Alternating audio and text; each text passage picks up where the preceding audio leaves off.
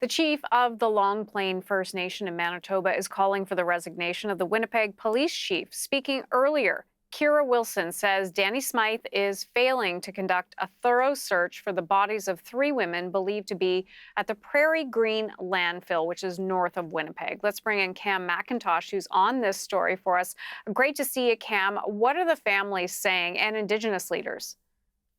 Well, today the Indigenous leaders and the families are in Ottawa as part of the Assembly of First Nations meetings there. And earlier this morning came out and called for the resignation of Chief Danny Smyth, as you've explained.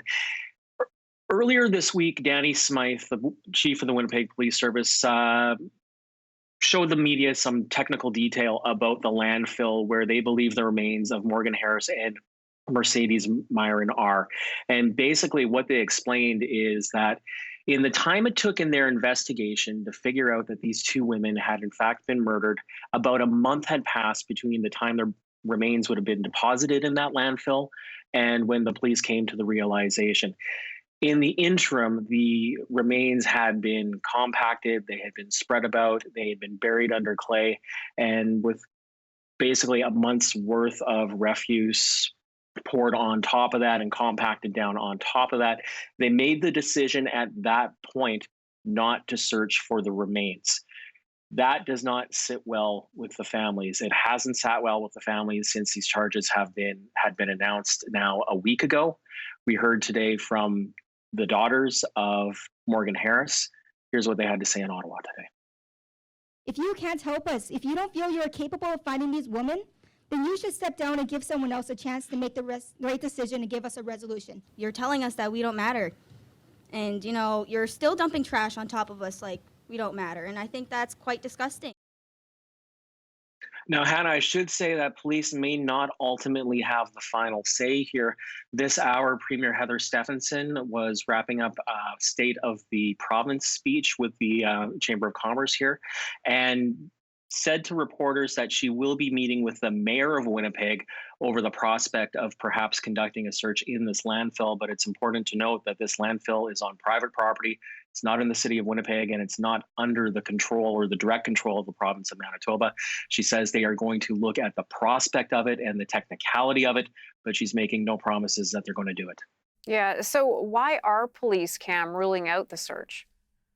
Well, it really has to do with the timing and the logistics. And this investigation stems from the investigation of the death of another woman whose remains were actually found in another landfill. In that circumstance, the police realized that this woman had been murdered, and they tracked down her remains to a garbage truck that was effectively on its way to the landfill. They were able to track it through GPS, and they were able to recover remains after searching for several days, but they really did have a starting place. In this case, they're saying that these remains had been taken away more than a month before they had even realized the murders had occurred.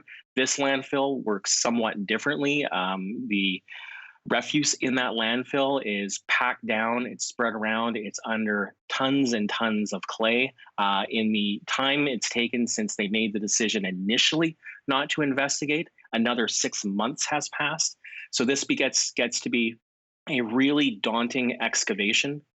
Also, and it's more disturbing detail in all of this, the landfill they're talking about is widely used for animal remains as well. There's a big hog industry here.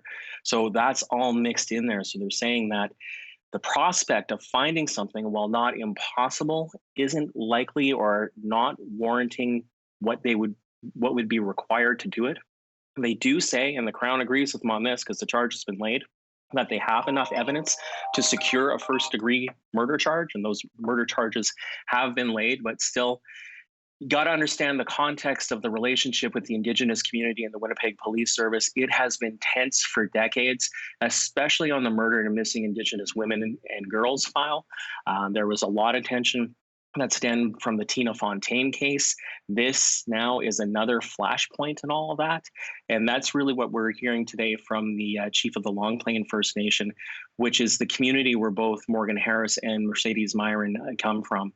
Here's Chief now, Kira Wilson, with more on how she sees the relationship between the Indigenous community and the Winnipeg Police Service.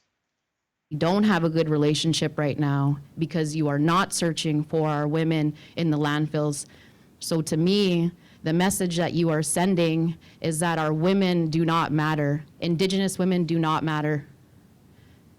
And that is a very, very sad statement to make, whether that's directly or indirectly. As a mother, I have a 12-year-old girl, and she needs to be protected. Our women need to be protected, and every one of us in the Indigenous community needs to be protected and heard.